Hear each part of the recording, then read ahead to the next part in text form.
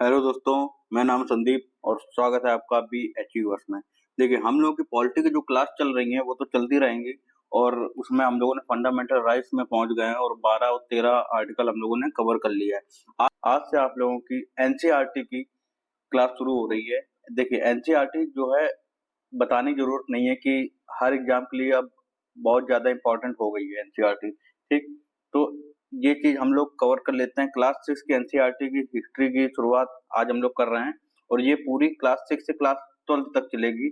उसके बाद हिस्ट्री के साथ साथ हम लोग ज्योग्राफी और पॉलिटी की एनसीईआरटी भी कवर करेंगे। ठीक, तो यहाँ पे आप लोगों को एनसीईआरटी की पूरी तैयारी यहाँ पे हो जाएगी। आप लोग अगर अलग से बुक पढ़ना चाहें तो अलग से बुक भी पढ़ सकते हैं। अगर आप लोग वीडियो देखना चाहें तो वीडियो भी देख सकते हैं। तो यहाँ पे आप लोगों को वीडियो मिल जाएंगे और अच्छे से इस हर एक शब्द का जिसका मतलब समझ में नहीं आता या जो पॉइंट नोट करने लायक है वो हम लोग इसमें नोट करते हुए चलेंगे, बताते रहेंगे कि इसमें क्या नोट करना है, क्या नहीं नोट करना है और क्या समझना है। ठीक है, और क्या चीजें छोड़ देनी है। ठीक, क्योंकि हर चीज तो इम्पोर्टेंट नहीं हो सकती ना हमारे एग्जाम के पॉइंट ऑफ व्यू से। इसलिए हम लोग आज हिस्ट्री क्लास शुरू करते हैं। चलिए, देखिए, सबसे इसमें पहला चैप्टर है क्या, कब, कहाँ और कैसे। ये फर्स्ट चैप्टर है। इसमें दिया हुआ है, रशीदा बैठी अखबार पढ़ रही थी और अचानक उसके निगाह एक सुर्खी पर पड़ी, किसी अखबार की एक न्यूज पर पड़ी और उसमें लिखा था 100 साल पहले। तो वह सोचने लगी कि यह कोई कैसे जान सकता है कि इतने वर्षों पहले क्या हुआ था। उसके दिमाग में ये चीजें आई। ठीक, तो वहां से हम लोग देखते हैं कैसे पता लगाएं। देखिए, यह जानने के लिए कि कल क्या हुआ था तुम रेडियो सुन सकते हो, टेलीविजन देख सकते हो या फिर अखबार पढ़ सकते हो। साथ ही यह जानने के लिए कि पिछले साल क्या हुआ था तुम किसी ऐसे व्यक्ति से बात कर सकते हो जिससे उस समय की स्मृति हो, यानी कि जिससे उस समय जो उस समय की जिसे याद हो उस समय क्या हुआ था, ऐसे व्यक्ति के साथ मिल सकते हो। लेकिन बहुत पहले क्या हुआ था यह कैसे जाना जा सकता है, यानी कि 100 साल पहले, 200 साल पहले, 1000 साल पहले, इस तरीके की चीजें। ठीक, तो यहाँ से क्वेश्चन निकल के आता है अतीत के बारे में हम क्या जान सकते हैं। तो अतीत के बारे में बहुत कुछ जाना जा सकता है, जैसे कि लोग क्या खाते थे, कैसे कपड़े पहनते थे, किस तरह के घरों में रहते थे। हम आखेटकों यानी कि शिकारियों, पशुपालकों जो पशुओं का पालन करते हैं, कृषकों जो खेती करते हैं, शासकों जो शासन करते हैं, जनता पे राज पे राज करते हैं, व्यापारियों यानी बिजनेसमैन, पुरोहितों, शिल्पकारों, कलाकारों, संगीतकारों या फिर वैज्ञानिकों के जीवन के बारे में जानकारियां हासिल कर सकते हैं।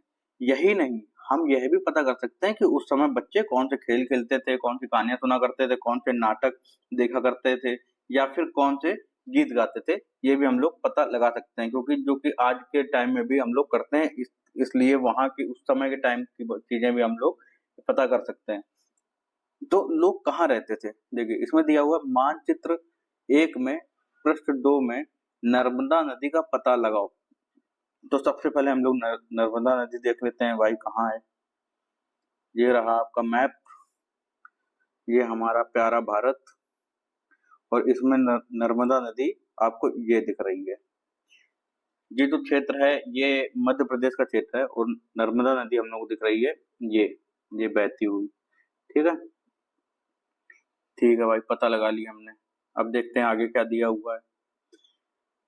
कई लाख वर्ष पहले से इस लोग इस नदी के तट पर रह रहे हैं। यहाँ रहने वाले आरंभिक लोगों में से कुछ कुशल संग्राहक, संग्राहक का मतलब है संग्रहण करने वाले, जो जो चीजों को का संग्रहण करके रखते हैं, उनको मतलब इकट्ठा करके रखते हैं और जो आसपास के जंगलों की विशाल संपदा से परिचित है। अपने भोजन के लिए वे जड़ों, फलों तथा जंगल के अन्य उत्पादों का यहीं से संग्रह किया करते थे। यानी कि ये जो नर्मदा नदी का क्षेत्र हम लोगों ने देखा था, वहां की बात हो रही है।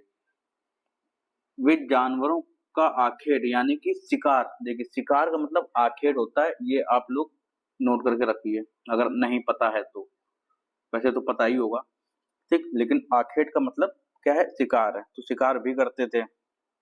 और आगे बढ़े तो अब इसमें दिया है, अब तुम उत्तर पश्चिम की सुलेमान और कृथर पहाड़ियों का पता लगाओ। अब देखिए उत्तर पश्चिम क्या होता है, ये ये हमारा नॉर्थ है, ये हमारा नॉर्थ है, ये साउथ, ये ईस्ट और ये है वेस्ट। ठीक, तो उत्तर पश्चिम क्या हो गया, ये नॉर्थ यानी उत्तर, ये हो गया पश्चिम, उत्तर पश्चिम। ये जो दिशा है हमारी, ये है नॉर्थ वेस्ट यानी कि उत्तर पश्चिम। ठीक है, इस तरीके से देखा जाता है। और इसलिए ये वाली दिशा जो होगी, ये वाली हमारी दिशा होगी नॉर्थ ईस्ट। ये वाली दिशा जो होगी वो हमारी होगी साउथ ईस्ट। और ये वाली जो दिशा होगी ये हमारी होगी साउथ वेस्ट। ठीक है, तो ये वाली दिशा हम लोगों को पता लगाने को कहा है नॉर्थ वेस्ट यानी कि उत्तर पश्चिम की सुलेमान और किरथर पहाड़ियों का। तो ये देखते हैं नॉर्थ, देखिए ये हमने देखा था, ये है नॉर्थ वेस्ट, तो यानी कि यहाँ पे होगी, ये देखिए ये है सुलेमान और ये है किरथर। तो ये हमने यहाँ पे सुलेमान पहाड़ी और यहाँ पे किरथर पहाड़ी हम लोगों ने पता लगा लिया। ठीक है, जो कि हमको देखने को मिलती है, ये है पाकिस्तान और ये हमारा प्यारा भारत। इधर हम लोग देखेंगे तो ये नेपाल है, ये चाइना है, ये है म्यांमार। इधर हम लोग को थोड़ा सा हिस्सा अफगानिस्तान का भी देखने को मिल जाएगा और इस तरफ शायद वो है ईरान है। ठीक है, तो और ये रहा हमारा भूटान और ये रहा हमारा बांग्लादेश। ठीक, तो ये हम लोगों ने पता लगा लिया कि सुलेमान और किरथर पहाड़ियां कहाँ पे हैं।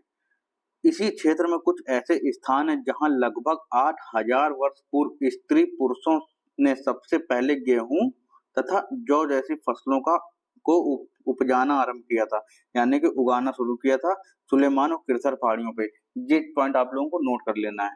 ठीक, उन्होंने भेड़ बकरी और गाय बैल जैसे पशुओं को पालतू बनाना भी शुरू किया।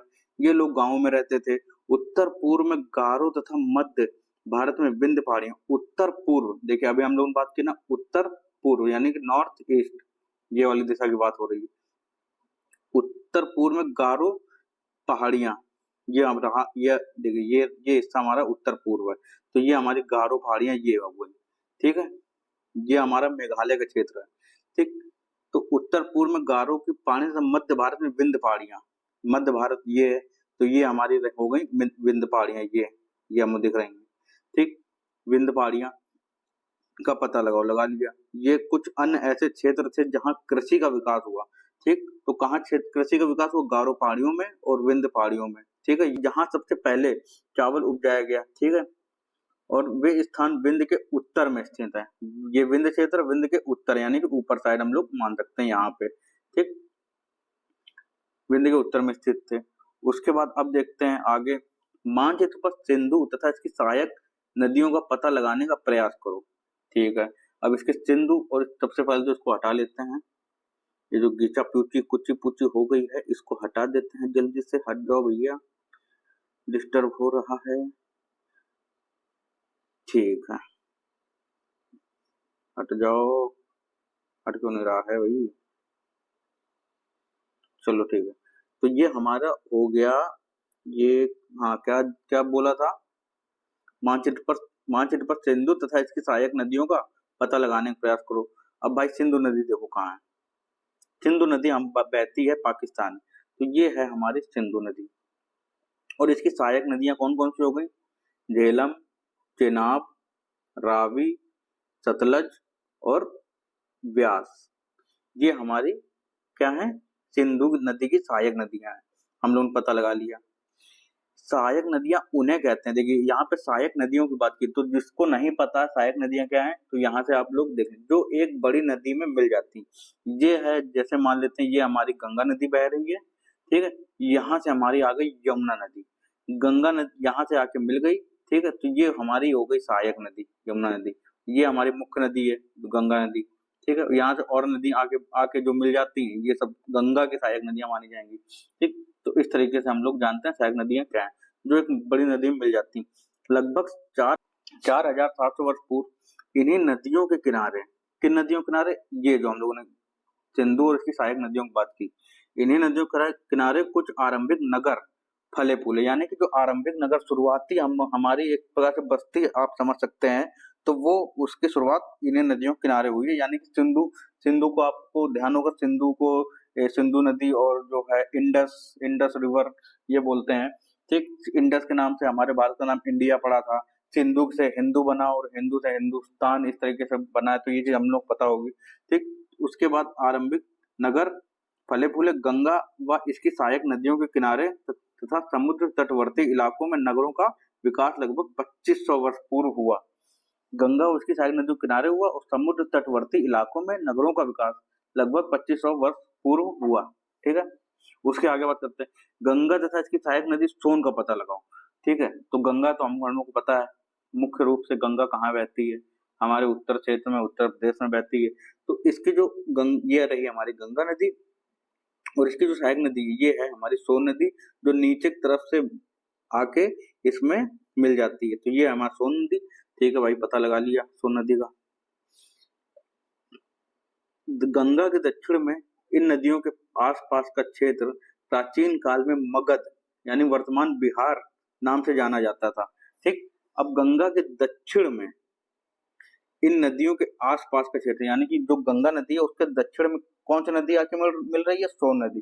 तो वो जो क्षेत्र है वो प्राचीन काल में मगध नाम से जाना जाता था, जो कि वर्तमान में हम लोग बिहार कहते हैं। ठीक, इसके शासक बहुत शक्तिशाली हुआ करते थे, और उन्होंने, हम लोग जानते हैं जैसे चंद्रगुप्त मौर्य वगैरह है, तो वो सब वहीं से मगध से उनका उत्कर्ष हुआ है, मगध, और एक विशाल राज्य स्थापित किया था। देश के अन्य हिस्सों में भी ऐसे राज्यों की स्थापना की गई थी। ठीक, तो ये चीज हम लोगों ने समझ ली। इतना हम लोग ध्यान रखना है कि प्राचीन काल में मगध क्षेत्र किसको कहते थे, वर्तमान जो बिहार में का जो क्षेत्र है वही मगध कहलाता था। ये चीज हमें ध्यान रखनी है। अब देख लेते हैं इसमें यहाँ क्या दिया हुआ है। देखिए, मानचित्र एक, दक्षिण एशिया, आधुनिक भारत मतलब जब भारत और पाकिस्तान का विभाजन हो गया है उसके बाद से आधुनिक भारत, पाकिस्तान, बांग्लादेश, नेपाल, भूटान और श्रीलंका, ये हमारे दक्षिण एशिया के देश कहलाते हैं। ठीक है, ये चीज आपको ध्यान रखनी है। दक्षिण एशिया के अंतर्गत भारत, पाकिस्तान, बांग्लादेश, नेपाल, भूटान, श्रीलंका, और अफगानिस्तान, ईरान, चीन तथा म्यांमार है। ठीक, अफगानिस्तान, ईरान, चीन तथा म्यांमार है। उसके बाद आदि पड़ोसी देशों के साथ दक्षिण एशिया एक महाद्वीप से छोटा है, लेकिन विशालता तथा बाकी एशिया से समुद्रों, पहाड़ियों तथा पर्वतों से बटे होने के कारण इसे प्रायः उपमहाद्वीप कहा जाता है।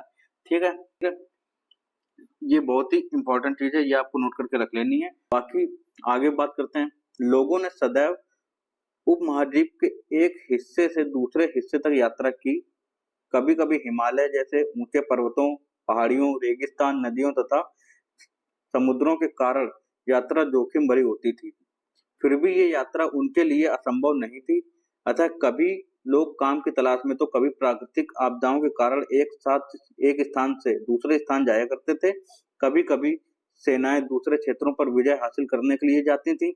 इसके अतिरिक्त व्यापारी कभी काफिले में तो कभी जहाजों में अपने साथ मूल्यवान वस्तुएं लेकर एक स्थान से दूसरे स्थान जाते रहते थे। धार्मिक गुरु लोगों को शिक्षा और सलाह देते हुए एक गांव से दूसरे गांव तथा एक कस्बे से दूसरे कस्बे जाया करते थे। कुछ लोग नए और रोचक स्थानों को खोजने की चाह में उत्सुकतावश भी यात्रा किया करते थे। इन सभी यात्राओं से लोगों को एक दूसरे के विचारों को जानने का अवसर मिला। अब ये देखिए, ये चीज बस समझने की चीज है कि यात्रा, एक स्थान से दूसरे स्थान तक यात्राएं की गई, और धार्मिक जो गुरु होते थे वो लोगों को जो है शिक्षा देते थे, सलाह देते। तो इस तरीके से विचारों का आदान प्रदान हुआ और हमारी एक मिली जुली संस्कृति का विकास हुआ। ठीक, अब आगे देखते हैं, आज लोग यात्राएं क्यों करते हैं। ठीक, ये हम लोग पता ही है, आज लोग यात्राएं क्यों करते हैं। हमें किसी स्थान से दूसरे स्थान जाना है तो हम यात्रा करते हैं, हमें किसी से मिलने जाना है तो हम यात्रा करते हैं। ठीक है, तो एक बार फिर से मानचित्र एक को देखो। पहाड़ियां, पर्वत और समुद्र इस उपमहाद्वीप की प्राकृतिक सीमा का निर्माण करते हैं। हालांकि लोगों के लिए इन सीमाओं को पार करना आसान नहीं था। जिन्होंने ऐसा चाहा वे ऐसा कर सके। वे पर्वतों की ऊंचाई को छू सके तथा गहरे समुद्रों को पार कर सके। उपमहाद्वीप के बाहर से भी कुछ लोग यहाँ आए और यहीं बस गए। लोगों के इस आवागमन ने हमारी सांस्कृतिक परंपराओं को समृद्ध किया है। ठीक, मतलब एक बार फिर देखने को कहा है मानचित्र एक को, पहाड़ियां, पर्वत और समुद्र। चलो देख लेते हैं। हमारी पहाड़ियां, यहाँ पे हमारी पहाड़ियां हैं, और समुद्र ये है, और यहाँ हमारी पहाड़ियां हैं, यहाँ पहाड़ियां हैं। ठीक है, यहाँ पर्वत है, हिमालय देखिए, यहाँ पे हिमालय। तो यहाँ से जो लोग यहाँ पे आए, यहाँ से जो लोग यहाँ से जो लोग यहाँ पे आए, और नीचे से यहाँ पे जो लोग आए, तो बहुत कठिनाइयों का उनको सामना करना पड़ा। उसके रहा यहाँ से किसी को यहाँ जाना है, किसी को यहाँ से यहाँ जाना है, तो बीच में पहाड़ियां और पर्वत और चीजें आ जाती थी, तो लोगों को बहुत कठिनाई होती थी आने जाने में, और लोग चाहते थे तो आराम से चले भी जाते थे। यहाँ पे वही चीज बताई गई है। तो लोगों के इस आवागमन ने हमारी सांस्कृतिक परंपराओं को समृद्ध किया। कई सौ वर्षों से लोग पत्थर को तराशने, संगीत रचने और यहाँ तक कि भोजन बनाने के लिए नए तरीकों के बारे में एक दूसरे के विचारों को अपनाते रहे हैं। उसके बाद देखते हैं देश के नाम। हमारे देश के नाम कैसे, देखिए अपने देश के लिए हम प्राय इंडिया तथा भारत जैसे नामों का प्रयोग करते हैं। इंडिया शब्द इंडस से निकला है, जिसे संस्कृत में सिंधु कहा जाता है। अपने एटलस में ईरान और यूनान का पता लगाओ। देखिए ईरान और यूनान का पता लगाने का है एटलस में, ठीक। तो यहाँ ये तो आपको पता ही होगा, नहीं है तो आप देख सकते हैं। ईरान जो हमारा है पाकिस्तान से सीमा लगाता है, और पाकिस्तान और अफगानिस्तान से सीमा लगाता है हमारा ईरान। तो हम देख सकते हैं लगभग 2500 वर्ष पूर्व उत्तर पश्चिम की ओर से आने वाले ईरानियों और यूनानियों ने सिंधु को हिंदोस तथा इंडोस और इस नदी के पूर्व में स्थित भूमि, पूर्व हमारी ये हो गई पूर्व दिशा, इस नदी के पूर्व स्थित यानी सिंधु नदी हमारी यहाँ बह रही थी, हम लोगों ने देखा था, और सिंधु नदी के पूर्व स्थित यानी यहाँ पे, तो यहाँ हमारा क्या है, यहाँ हमारा भारत है, ठीक। पूर्व स्थित भूमि प्रदेश को इंडिया कहा। भारत नाम का प्रयोग उत्तर पश्चिम में रहने वाले लोगों के एक समूह के लिए किया जाता था। इस समूह का उल्लेख संस्कृत की आरंभिक लगभग 35 वर्ष पुरानी कृति ऋग्वेद में भी मिलता है। बाद में इसका प्रयोग देश के लिए होने लगा, ठीक है।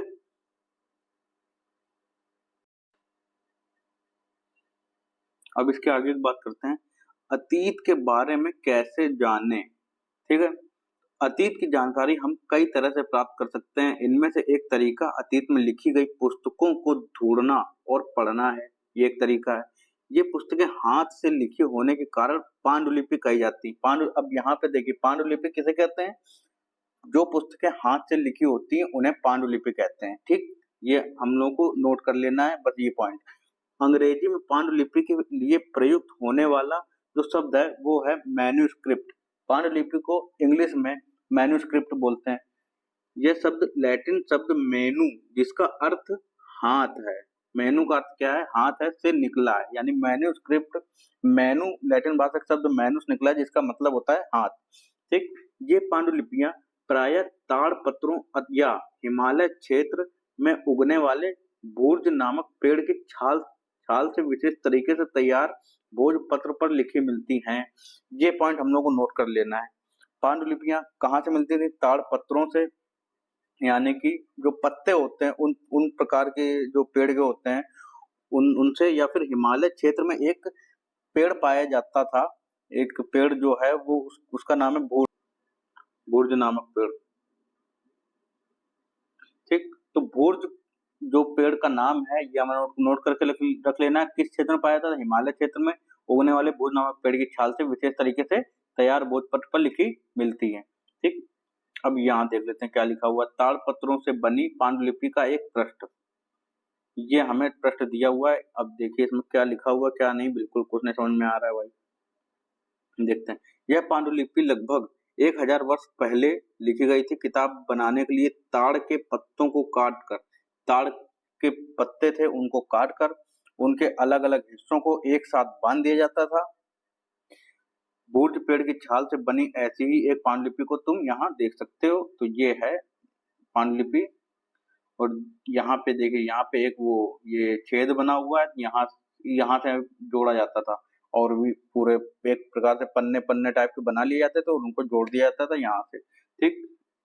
उसके बाद आगे देखते हैं, इतने वर्षों में इनमें से कई पांडुलिपियों को कीड़ों ने खा लिया तथा कुछ नष्ट कर दी गई। अब इतने सालों में जाहिर सी बात है पूरी वैसे की वैसे तो बनी रहेंगे। हम लोग भी अगर कोई चीज रखते हैं 10 दिन बाद देख लो उसमें धूल चढ़ी होती है, तो यहाँ तो हजारों साल हो गए, हाल क्या हुआ होगा। फिर भी ऐसी कई पांडुलिपियां आज भी उपलब्ध हैं। प्रायः ये पांडुलिपियां मंदिरों और विहारों में प्राप्त होती हैं। इन पुस्तकों में धार्मिक मान्यताओं व व्यवहारों, राजाओं के जीवन, औषधियों तथा विज्ञान आदि सभी प्रकार के विषयों की चर्चा मिलती है। इनके अतिरिक्त हमारे यहाँ महाकाव्य, कविताएं तथा नाटक भी हैं। इनमें से कई संस्कृत में लिखे हुए मिलते हैं, जबकि अन्य प्राकृत और तमिल में हैं। ये भी हमको देखना है कि किन किन भाषाओं में हमको जो महाकाव्य लिखे मिलते हैं। एक प्राकृत भाषा हो गई, एक हमारी तमिल हो गई। ठीक है, प्राकृत भाषा का प्रयोग आम लोग करते थे। ठीक, ये भी हम लोगों को ध्यान करके रखना है कि किस भाषा का प्रयोग कौन लोग करते थे। ठीक है, उसके बाद आगे देखते हैं। हम अभिलेखों का भी अध्ययन कर सकते हैं। ऐसे लेख पत्थर अथवा धातु जैसी अपेक्षाकृत कठोर सतहों पर उत्कीर्ण किए गए मिलते हैं। कभी कभी शासक अथवा अन्य लोग अपने आदेशों को, अपने जो आदेश उनके थे, जो राय दी जाती या जो वो लोग नियम बनाते थे, तो इस तरह उत्कीर्ण करवाते हैं ताकि लोग उन्हें देख सकें, पढ़ सकें तथा उनका पालन कर सकें। कुछ अन्य प्रकार के अभिलेख भी मिलते हैं जिनमें राजाओं तथा रानियों सहित अन्य स्त्री पुरुषों ने भी अपने कार्यों के विवरण उत्कीर्ण करवाए। इस ऐसे ऐसे अभिलेख हम लोगों को मिले हैं। ठीक, उदाहरण के लिए प्रायः शासक लड़ाइयों में अर्जित विजयों का लेखा जोखा रखा करते थे। यानी कि जो शासक वर्ग थे वो लड़ाइयां लड़ते थे, युद्ध करते थे, तो वो लोग जो लड़ाई जीत जाते थे, विजयी हो जाते थे, जिसमें उनका लेखा जोखा रखते थे कि भाई आने वाले समय के लिए दिखाने के लिए, एक तरीके से भौकाल बनाने के लिए कि भाई देखो इतनी इतनी लड़ाइयां हम लोगों ने जीती है। तो ये हम लोग कह सकते हैं। उसके बाद आगे, क्या तुम बता सकती हो कि कठोर सतह पर लेख लिखवाने के क्या लाभ थे? ऐसा करवाने में क्या क्या कठिनाइयां आती हैं? ठीक, और ये देख लेते हैं, यहाँ पे हम लोगों का नोट दिया हुआ है। लगभग 2250 वर्ष पुराना यह अभिलेख वर्तमान अफगानिस्तान के कंधार से प्राप्त हुआ है। ये ध्यान रखना है, कंधार कहाँ है? अफगानिस्तान में। यह अभिलेख अशोक नामक शासक के आदेश पर उत्कीर्ण करवाया गया था। इस शासक के विषय में तुम अध्याय 8 में पढ़ोगी। यानी कि हम लोग इस जो अशोक है, अशोक के बारे में हम लोग जो चैप्टर 8 है उसमें हम लोग पढ़ेंगे। जब हम कुछ लिखते हैं तब हम किसी लिपि का प्रयोग करते हैं। लिपियां अक्षरों अथवा संकेतों से बनी होती हैं। जब हम कुछ बोलते अथवा पढ़ते हैं तब हम एक भाषा का प्रयोग करते हैं। यह अभिलेख इस क्षेत्र में प्रयुक्त होने वाली यूनानी तथा अरामेइक नामक दो भिन्न लिपियों तथा भाषाओं में है। ये हमको ध्यान रखना है। देखिए, इसके अतिरिक्त अन्य कई वस्तुएं अतीत में बनी और प्रयोग में लाई जाती थी। अब देखिए, ऐसी वस्तुओं का अध्ययन जो है करने वाला व्यक्ति पुरातात्विद कहलाता है। मतलब जो पुरानी वस्तुएं, पुरानी चीजें, प्राचीन काल की, उन पे जो अध्ययन स्टडी की जाती है उस व्यक्ति को पुरातात्विद कहते हैं। ठीक है, तो पुरातात्विद पत्थर और ईंट से बनी इमारतों के अवशेषों, चित्रों तथा मूर्तियों का अध्ययन करते हैं। ठीक, उन अध्ययन करके ये बताते हैं भाई इस चीज में क्या क्या है या किस डिजाइन का प्रयोग किया गया, कौन सी कला इस्तेमाल हुई है और ये कितने साल पुरानी। इस तरीके जो रिसर्च करते हैं ये पुरातात्विद कहलाते हैं।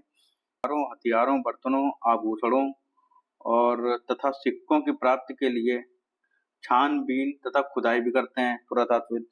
इनमें से कुछ वस्तुएं पत्थर, पकी मिट्टी तथा कुछ धातु की बनी हो सकती हैं। ऐसे तत्व कठोर तथा जल्दी नष्ट न होने वाले होते हैं। ठीक, अब ये देखिए, एक प्राचीन नगर से प्राप्त पात्र, ये पात्र आप देख सकते हैं। इस तरह के पात्रों का प्रयोग 4700 वर्ष पूर्व होता था। मतलब ये देखिए, इसमें डिजाइन कितनी अच्छी बनी हुई है जो आज के समय में भी हमको देखने में मिल जाती है ऐसी डिजाइन। ठीक, तो ये 4700 वर्ष पुराना है। जबकि तो उस समय होता, तो दाएं तरफ एक पुराना चांदी का सिक्का है। ये देखिए, ये चांदी के सिक्के हैं जो कि प्रयोग लगभग 2500 वर्ष पूर्व होता है, यानी 2500 साल पहले इनका प्रयोग होता था। इसका प्रयोग 4700 वर्ष पूर्व पहले होता था। हमारे द्वारा आज प्रयोग में आने वाले सिक्कों में यह सिक्का कैसे भिन्न है, ये आप लोगों को देखना है। ठीक, उसके बाद देखते हैं पुरातात्विक जानवरों, चिड़ियों तथा मछलियों की हड्डियां भी ढूंढते हैं। इससे उन्हें यह जानने में भी मदद मिलती है कि अतीत में लोग क्या खाते थे। वनस्पतियों के अवशेष बहुत मुश्किल से बच पाते हैं। यदि अन्न के दाने अथवा लकड़ी के टुकड़े जल जाते हैं तो वे जले हुए रूप में बचे रहते हैं। अब देखिए, क्या पुरातात्विदों को बहुधा कपड़ों के अवशेष मिलते होंगे? ये सोचने के लिए कहा गया कि आपको सोचना है ये ऐसा। उसके बाद पांडुलिपियों, अभिलेखों तथा पुरातत्व से ज्ञात जानकारियों के लिए इतिहासकार प्रायः स्रोत शब्द का प्रयोग करते हैं।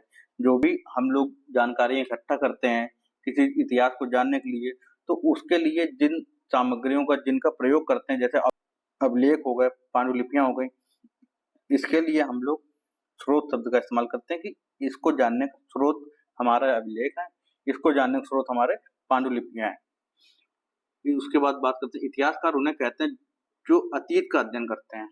ठीक, ये तो पता ही होगा, स्रोत के प्राप्त होते ही अतीत के बारे में पढ़ना बहुत रोचक हो जाता है, क्योंकि इन स्रोतों की सहायता से हम धीरे धीरे अतीत का पुनर्निर्माण करते जाते हैं। अतः इतिहासकार तथा पुरातत्वविद उन जासूसों की तरह हैं जो इन सभी स्रोतों का प्रयोग सुराग के रूप में कर अतीत को जानने का प्रयास करते हैं। अब इसके बारे में देखते हैं, अतीत एक या अनेक। जैसे कि आपको पता है इस जो चैप्टर, ये जो बुक है, इस बुक का नाम ही है हमारे अतीत। हमारा अतीत वर्ड नहीं यूज हुआ है, हमारे अतीत यूज हुआ है। क्या तुमने इस पुस्तक के शीर्षक हमारे अतीत पर ध्यान दिया है? यहाँ अतीत शब्द का प्रयोग बहुवचन के रूप में है, यानी हमारे अतीत कहा गया है। ऐसा इस तथ्य की ओर ध्यान दिलाने के लिए किया गया है कि अलग अलग समूहों के लोगों के लिए इस अतीत के अलग अलग मायने थे।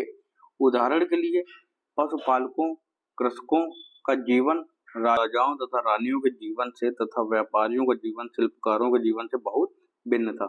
जैसा कि हम आज भी देखते हैं, उस समय भी देश के अलग अलग हिस्सों में लोग अलग अलग व्यवहारों और रीति रिवाजों का पालन करते थे।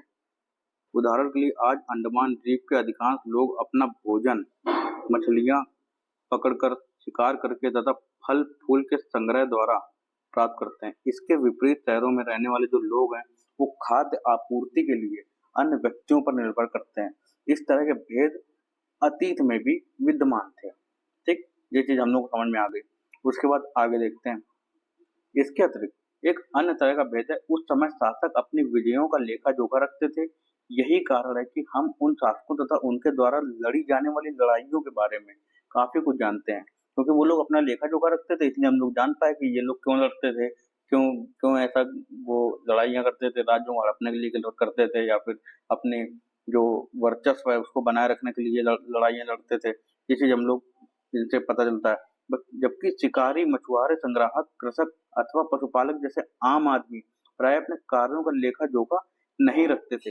पुरातत्व की सहायता से हमें उनके जीवन को जानने में मदद मिलती है, हालांकि अभी भी इनके बारे में बहुत कुछ जानना शेष है, बचा हुआ, क्योंकि ये लोग लेखा जोखा नहीं रखते थे, उनके बारे में पता नहीं चला कि ये लोग और क्या क्या करते थे, किस तरह के चीजें करते थे, किस तरह काम करते थे, इस तरह के, क्योंकि लेखा जोखा नहीं था तो कुछ इसके बारे में पता भी नहीं चल पाया है।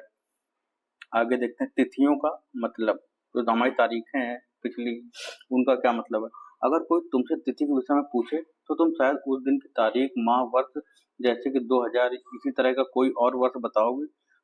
वर्ष की यह गणना ईसाई धर्म प्रवर्तक ईसा मसीह के जन्म की तिथि से की जाती है। देख लो भैया, ये जिनको जिनको नहीं पता है ये नोट करके रख लो, तिथि की गणना गणना ईसा के जन्म के समय से की जाती है।